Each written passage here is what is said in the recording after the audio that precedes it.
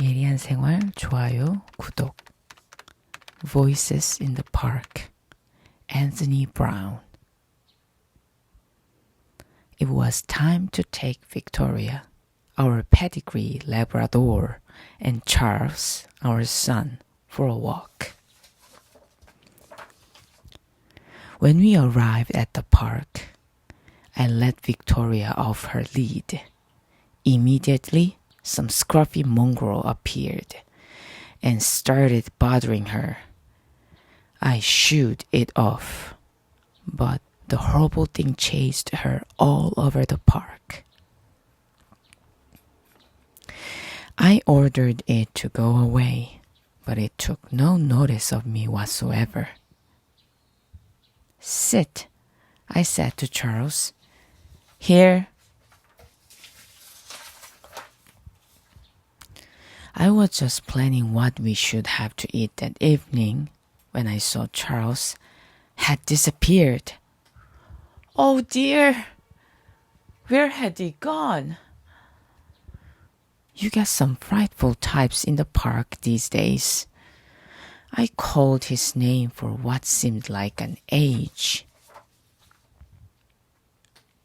Then I saw him talking to a very rough-looking child. Charles, come here at once, I said. And come here, please, Victoria. We walked home in silence.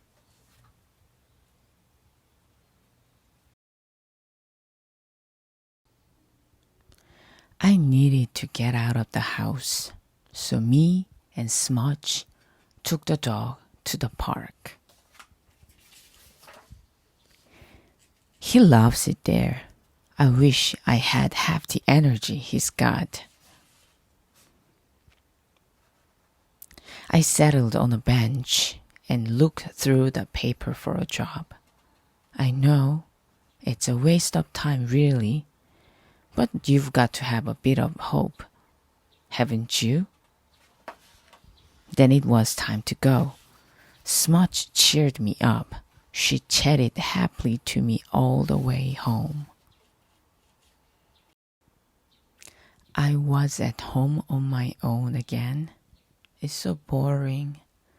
Then Mommy said that it was time for our walk.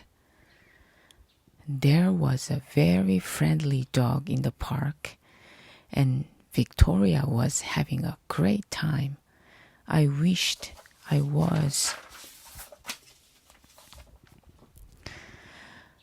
Do you want to come on the slide? A voice asked. It was a girl, unfortunately, but I went anyway. She was brilliant on the slide. She went really fast. I was amazed. The two dogs raced round like old friends. The girl took off her coat and swung on the climbing frame. So I did the same. I'm good at climbing trees, so I showed her how to do it. She told me her name was Smudge. A funny name, I know, but she's quite nice. Then Mommy caught us talking together and I had to go home. Maybe Smudge will be there next time.